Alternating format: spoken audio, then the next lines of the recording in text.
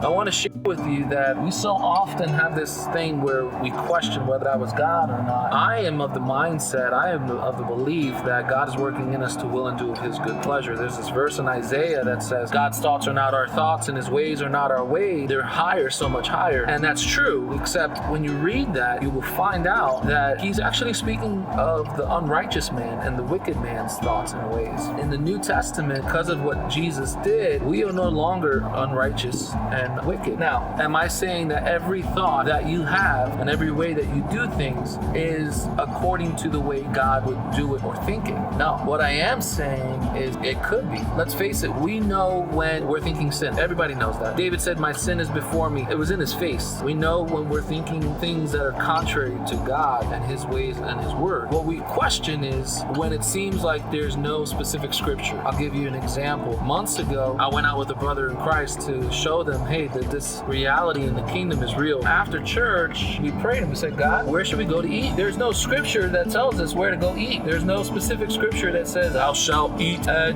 so-and-so. No, there's nothing like that. So what I heard in my heart, or what I thought I heard, was McDonald's. There's nothing contradicting going to McDonald's. It's not a sin to go to McDonald's. It was the first thought that I had. Often I find that God is speaking to us right away. And so I said, let's go to McDonald's. We had an amazing time. In fact, what was awesome about it was there was a woman there that we met who had been suffering with some kind of ailment. I forget exactly what it was. When we came up to her and talked to her about what was going on, the daughter said to her, Mom, this is exactly like your dream. So God showed her that we were going to come. God maybe didn't show her that it was going to be us specifically, but He did show her that there was going to be people come to her to reveal the goodness of God. And so guess what? I'm of the mindset I'd much rather believe that that was God working in us.